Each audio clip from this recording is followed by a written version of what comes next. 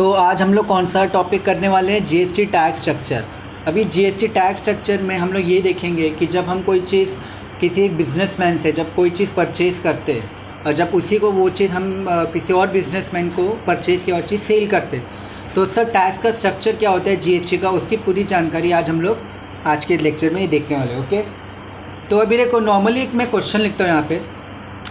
समझो आपने ना कोई चीज़ परचेज़ किया जिसका बिल बन रहा है टोटल 1 लाख रुपीज़ का। कितना? ठीक है, 1 लाख रुपीज़ का बिल बना जिस पे आपने जीएसटी पे किया, समझो सीजीएसटी पे किया, समझो आपने 2000 और एसजीएसटी आपने पे किया समझो 2000। ठीक है, तो अब जब आप सामने वाली पार्टी को ये पैसा दोगे, ठीक है, बिल बना के जो पैसा दोगे, तो आप टोटल पैसा कितना दोगे? 1 लाख दोगे या 1,04,000 दोगे? 1,04,000 करेक्ट आंसर। अभी 1,04,000 आप सामने वाली पार्टी को दे रहे हो, ठीक है। पेमेंट टू पार्टी, टोटल कितना देंगे हम पेमेंट टू पार्टी को? 1,04,000। ओके, तो अभी मुझे एक बात बताओ, हम जो ये सामने वाली पार्टी को दे रहे हैं 1,04,000, तो जो 1 लाख रुपीज़ है वो तो अपने पास रखेगा वो, लेकिन ये जो 4,000 है उसका वो क्या करेगा? गवर्नमेंट को पे करेगा। तो यानी कि जब हम कोई चीज़ परचेज करते हैं, क्या जब हम कोई चीज़ परचेज करते हैं तो उस वक्त जो टैक्स का अमाउंट आता है वो ऑटोमेटिकली गवर्नमेंट को पे हो जाता है। कैसे पे हो जाता है? मैं जिसको पेमेंट कर रहा हूँ यानी सामने वाला बंदा, वो गवर्नमेंट को पे करता है। यानी इन शॉर्ट जब हम कोई चीज़ परचेज करते हैं तो उसका टैक्स अमाउंट ऑटोमेटिकली गवर्नमेंट को पे हो जाता है। समझ में आया? तो हम यहाँ पे स्टेटमेंट लिखते हैं कि tax paid automatic to government. Okay, उसके बाद मेरा जो सीए होगा, मतलब मैंने जब परचेज़ किया था तो मेरा सीए क्या करेगा? वो रिटर्न फाइल करेगा और वो जो टैक्स का अमाउंट गवर्नमेंट को पे किया गया है वो मुझे रिटर्न फाइल करके वापस दिलवाएगा। हम सीए को बोलते हैं ना कि भाई रिटर्न फाइल करो, ताकि जो परचेज़ करता है, जो भी टैक्स गवर्नमेंट को पे हुआ है वो आपको वापस मिल जाए। तो मेरा सीए क्या करेगा? रिटर्न फाइल्स करके मुझे टैक्स अमाउंट वापस दिलाएगा। ठीक है, तो अभी देखो मेरा सवाल ये है कि अगर मैं कोई चीज़ परचेज़ कर रहा हूँ और परचेज़ करते वक्त मैंने सामने वाली पार्टी को टैक्स के साथ अमाउंट पे कर दिया, सामने वाली पार्टी ने टैक्स का अमाउंट गवर्नमेंट को पे कर दिया और मेरे सीए ने वही पैसा मुझे वापस दिला दिया टैक्स का, तो गवर्नमेंट कैसे चलेगी फिर? अगर गवर्नमेंट ऐसे पैसा बांट देगी सबको, तो है ना क्वेश्चन ये। तो उसका सोल्यूशन देखते हैं अभी क्या है। अभी मैंने जो चीज़ खरीदा है, 1 लाख का कुछ भी सामान खरीदा है, तो वो मैं अपने पास रखूँगा क्या? एज अ बिजनेस पर्पस मैंने खरीदा है ना, तो मैं ऑफकोर्स सी बात है सामने वाले को बेचूंगा ना वो चीज़। समझो मैंने 1 लाख में ख़रीदा है, भले से मैं सेल करता हूँ 1 लाख नहीं लूँगा, 2 लाख लूँगा, पर बेचूंगा ना उसको। तो अब हम क्या करेंगे, यहाँ पे हम लिखेंगे सेल्स। क्या लिखेंगे? सेल्स। अब सेल करते हो, जो चीज़ मैंने खरीदी थी उसको मैंने बेच दिया 2 लाख में। कितने में? 2 लाख। 2 लाख में बेच दिया, जिसका आया सीजीएसटी फॉर एग्ज़ाम्पल मैंने चार्ज किया 4,000 और एसजीएसटी मैंने चार्ज किया सेम 4,000। समझ में आया ये? नाउ इस कंडीशन में अब मैं क्या कर रहा हूँ, अब मैं बेच रहा हूँ, तो अब यहाँ पे मुझे पैसा मिलेगा। पहले केस में पैसा मैंने दिया है, अब यहाँ पे पैसा मुझे मिलेगा।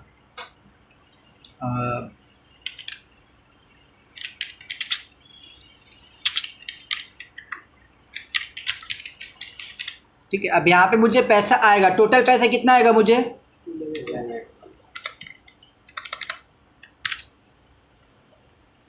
अभी यहाँ पे मुझे पैसा मिल रहा है कितना? 2,08,000। अब ये जो 2,08,000 पैसा मुझे जो आ रहा है, अब इस केस में क्या होगा पता है? इस केस में मैं गवर्नमेंट को खुद से टैक्स पे करूँगा। क्यों? क्योंकि इस बार मेरे पास टैक्स का अमाउंट आया है। समझ में आ रहा है क्या? पिछली बार मैंने सामने वाले को टैक्स का पैसा दिया था पार्टी को, इस बार पैसा किसको मिला है? मुझे मिला है। उस पैसे के अंदर 8,000 क्या है, तो मैं अपने पास रखूँगा क्या? वो किसको दूंगा मैं?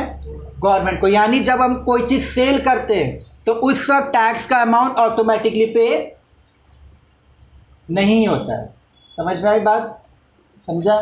ठीक है, तो सेल करते वक्त ऑटोमेटिकली गवर्नमेंट को पे नहीं होता। ठीक है,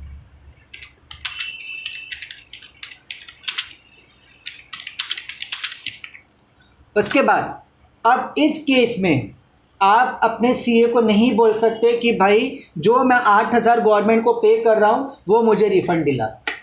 सेल्स टैक्स जो वर्ड अभी तो फिलहाल बंद हो गया है जीएसटी के आने से, तो यानी कि जब आप कोई चीज़ बेचते हो, जब आप कोई चीज़ सेल करते हो, तो उसमें जो टैक्स का अमाउंट आता है वो टैक्स का अमाउंट गवर्नमेंट को ऑटोमेटिकली पे होगा नहीं, आपको पे करना पड़ेगा, प्लस उसका रिटर्न फाइल करके आपको पैसा वापस नहीं मिलेगा। तो यानी जो भी आप बेचते हो, सेल करते हो, तो वो जो टैक्स का अमाउंट है उससे गवर्नमेंट चलती है। समझ में आया? ठीक है,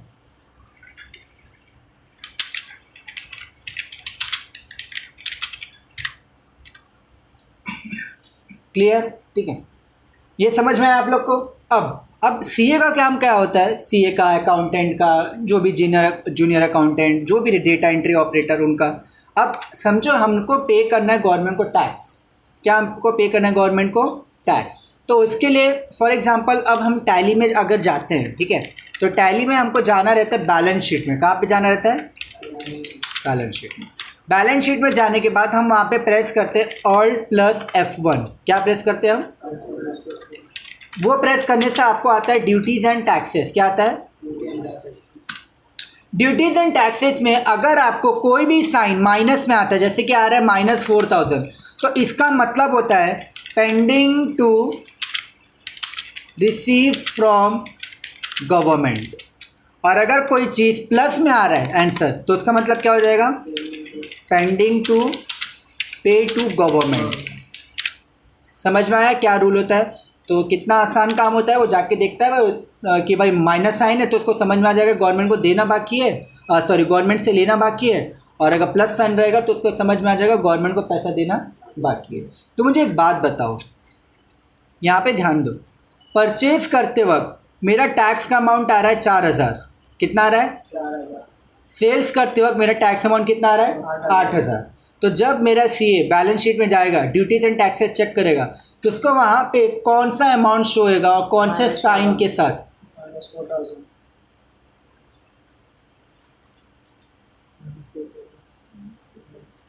-4,000।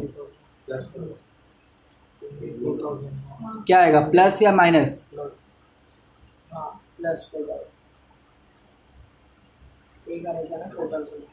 Correct, the correct answer is plus आएगा। देखो ज़्यादा क्या है? सेल्स 8,000 है, परचेज कितना है? 4,000।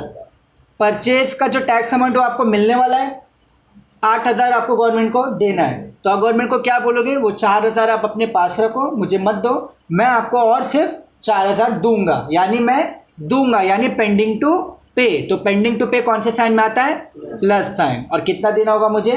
4,000। समझ में आया सबको? किसी को कोई डाउट इसमें? अभी हम लोग ये देखेंगे कि किस तरीके से गवर्नमेंट को टैक्स पे किया जाता है, और जिसकी जानकारी मैंने अभी आप लोग को दी। जो हम बैलेंस शीट में जाते हैं वहाँ पे Alt+F1 प्रेस करते हैं, तो इसको लाइव टैली के अंदर कैसे करना है वो हम लोग देखेंगे। जीएसटी फॉर्म्स के बारे में भी हम लोग देखेंगे। तो देखो सबसे पहले अभी हमको चेक करना है कि जीएसटी के फॉर्म डिटेल्स के बारे में। तो इसके लिए आपको जाना है डिस्प्ले में जाने के बाद आपको जाना है स्टैट्यूटरी रिपोर्ट्स, और उसके बाद आपको जाना है जीएसटी में 3 टाइप के फॉर्म्स होते हैं। एक होते हैं GST R1, एक होता है GST R2, और एक होता है GST R3B। GST R1 में आपको सारी सेल्स की एंट्री शो होती है। कौन सी एंट्री? सेल्स की एंट्री। GST R2 में सारी आपको परचेज की एंट्री शो होती है। कौन सी? परचेज। और GST R3B में आपको सारी ITC एंड URD से रिलेटेड एंट्री शो होती है। ITC का मतलब क्या होता है? Input tax credit. क्या होता है? Input tax credit. और URD का मतलब क्या होता है? Unregistered dealer. क्या होता है? Unregistered dealer. देखो ITC का नॉर्मल मतलब क्या होता है ना, कि जो टैक्स का अमाउंट आपको गवर्नमेंट से वापस मिलने वाला है, ठीक है। और अनरजिस्टर्ड डीलर मतलब जो GST में रजिस्टर्ड नहीं है, जो GST में रजिस्टर्ड नहीं है, वो सारी एंट्रीज आपको कहाँ पे शो होगी? GSTR 3B में, यानी जो भी सेटलमेंट करना है आपको वो सब आपको एंट्रीज कहाँ पे मिलेगा, GSTR 3B में, ठीक है। तो R1 सेल्स, R2 परचेज और R3B ITC settlements and URD, ठीक है, क्लियर। नाउ अब हम जाते हैं GST R1 में। सबसे पहले शो होता है total number of voucher for the period. इसका मतलब होता है कि आपने इस कंपनी में टोटल एंट्रीज कितनी की है। तो आपने टोटल एंट्री इसमें 10 परचेज की एंट्री की और 10 सेल्स की एंट्री की, तो टोटल कितना आ गया, 20। उसके बाद आता है इंक्लूडेड इन रिटर्न। अभी इंक्लूडेड इन रिटर्न मतलब GST R1 का मतलब होता है सेल्स बिल। क्या होता है, तो आपने सेल्स एंट्री टोटल कितनी की थी, 10, पर यहाँ पे कितना दिखा रहा है, 9, यानी कि आपने एक मिस्टेक किया है, ओके। उसके बाद नेक्स्ट क्या है यहाँ पे, नॉट रेलेवेंट फॉर रिटर्न, मतलब सेल्स एंट्री छोड़ के बाकी आपने एंट्री कितनी की है। तो सेल्स एंट्री छोड़ के बाकी आपने परचेज की 10 की थी, तो 10 आना चाहिए, आया। And the last option is incomplete mismatch. इसका मतलब आपने रॉन्ग एंट्री कितनी की है, तो यहाँ पे एक एंट्री रॉन्ग दिखा रहा है। तो अब हम एक काम करते हैं, वहाँ पे एंटर करते हैं, उसको चेक करते हैं कि रॉन्ग क्यों दिखा रहा है। एंटर करेंगे, अभी देखो यहाँ पे क्या आ रहा है, मिसमैच। यहाँ पे देखो बैक एस्केप में आपको यहाँ पे दिखाएगा mismatch due to tax amount modified in voucher. इसका क्लियर कट एग्जाम्पल, इसका क्लियर कट सोल्यूशन ये है और इसका रीज़न ये है कि जब इन्होंने बिल बनाया तो इन्होंने उसमें CGST SGST डालना भूल गए। आप यहाँ पे इसको हम लाइव ठीक करने के लिए आप यहाँ पे बिल में भी चेक कर सकते हो। वो डिज़ायर नेम वाला बिल था, वो कैसे मैंने चेक किया, डिस्प्ले में जाएंगे, उसके बाद यहाँ से हम जाएंगे स्टेटमेंट्स ऑफ अकाउंट्स और यहाँ पे स्टैटिस्टिक्स में जाने का सेल्स आप यहाँ पे ओपन करो, देख सकते हैं आप यहाँ पे बिल तो बनाया लेकिन उसमें इन्होंने टैक्स लगाना भूल गए। तो अब हम वहाँ पे क्या करेंगे, टैक्स लगाएंगे। टैक्स लगाने के बाद हम चेक करेंगे कि हमारा जो वहाँ पे एक एरर आ रहा है वो ठीक हो रहा है कि नहीं, okay. Now let's check, okay. अभी देखो एरर आ रहा है क्या, अब मेरा प्रॉब्लम क्या हो गया, सॉल्व हो गया। तो इस तरीके से आप ये प्रॉब्लम्स भी सॉल्व कर सकते हो अगर कोई भी आपका एरर आता है तो। सेम तरीके से अगर आप GST R2 में आ जाओ तो वहाँ पे भी आपको सेम ऑप्शन दिखा देंगे, total number of voucher, included in returns, not relevant for returns and incomplete mismatch, information to be resolve, same है, ओके। नाउ अभी यहाँ पे तो देखो मुझे तो अच्छी तरीके से पता है कि यहाँ पे जो GST R1 का इनका जो अमाउंट आ रहा है यहाँ पे integrated tax amount, central tax amount and state tax amount, ये करेक्ट है इनका। वरना कुछ लोगों का ये रॉन्ग आता है। रॉन्ग आने का रीज़न क्या हो सकता है कि समझो बिल में आपको बोला होगा 4000 लेने किसी स्टॉक आइटम पे, कितना मतलब 4000 में इसको बेचने, तो आपने 5000 में बेचा होगा, तो ऑफकोर्स ही बात है टैक्स अमाउंट ऊपर नीचे हो जाएगा ना।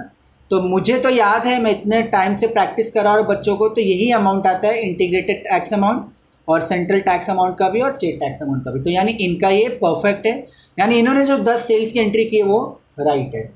और सेम परचेज करते वक्त भी आपका इतना ही अमाउंट आता है, integrated tax amount 3422, central tax का 827.50 एंड स्टेट टैक्स का भी 827.50। यहाँ पे वाउचर काउंट 10 दिखा रहा है।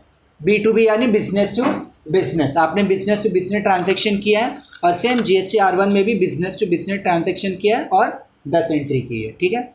तो आप लोग बाकी लोग भी अपनी अपनी कंपनीज ओपन करके चेक कर लेना कि आपका IGST CGST SGST का अमाउंट इतना ही आ रहा है कि नहीं।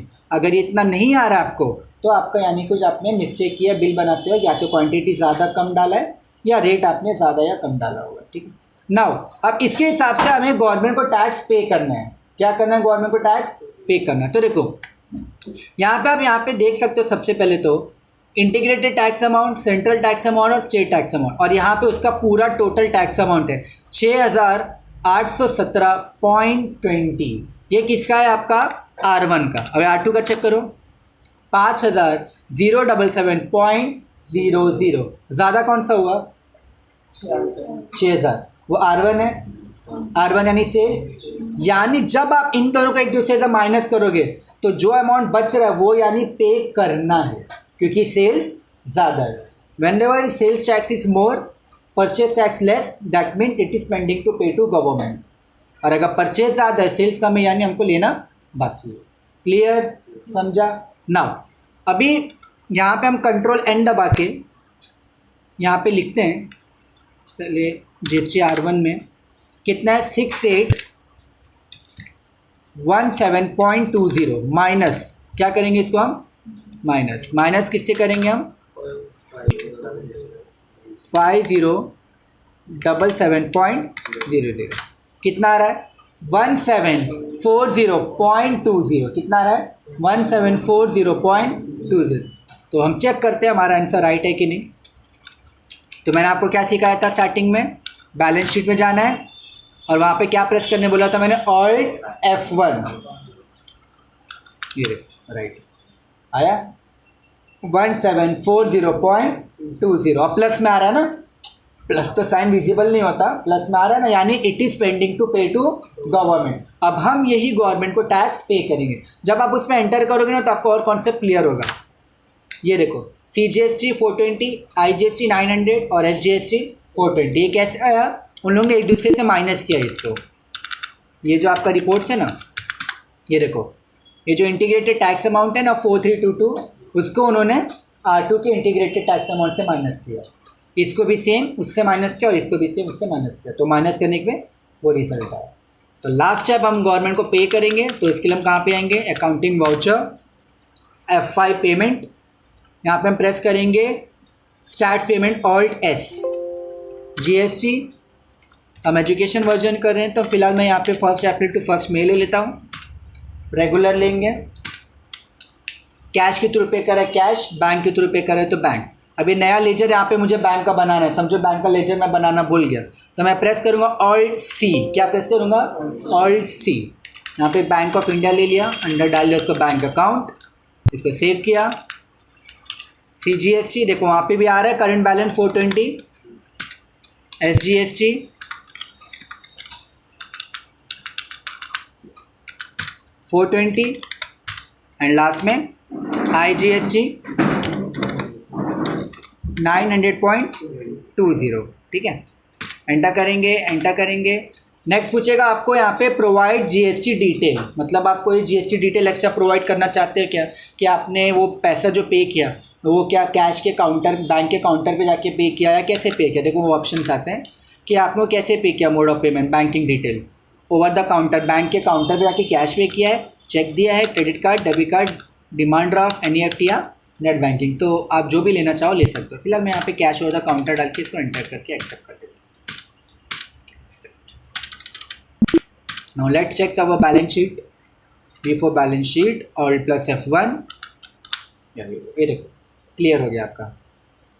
ड्यूटीज एंड टैक्सेस नील, यहाँ पे आपका अकाउंट्स क्लियर हो गया। आपको जो भी पे करना था अपने गवर्नमेंट को टैक्स पे कर दिया और आपका जो भी है वो बैंक अकाउंट में चला गया 174 से, वहाँ से डिडक्ट। ठीक है, समझ में आया सबको? ये कोई डाउट? GST कॉन्सेप्ट क्लियर हुआ आपको, टैक्स स्ट्रक्चर?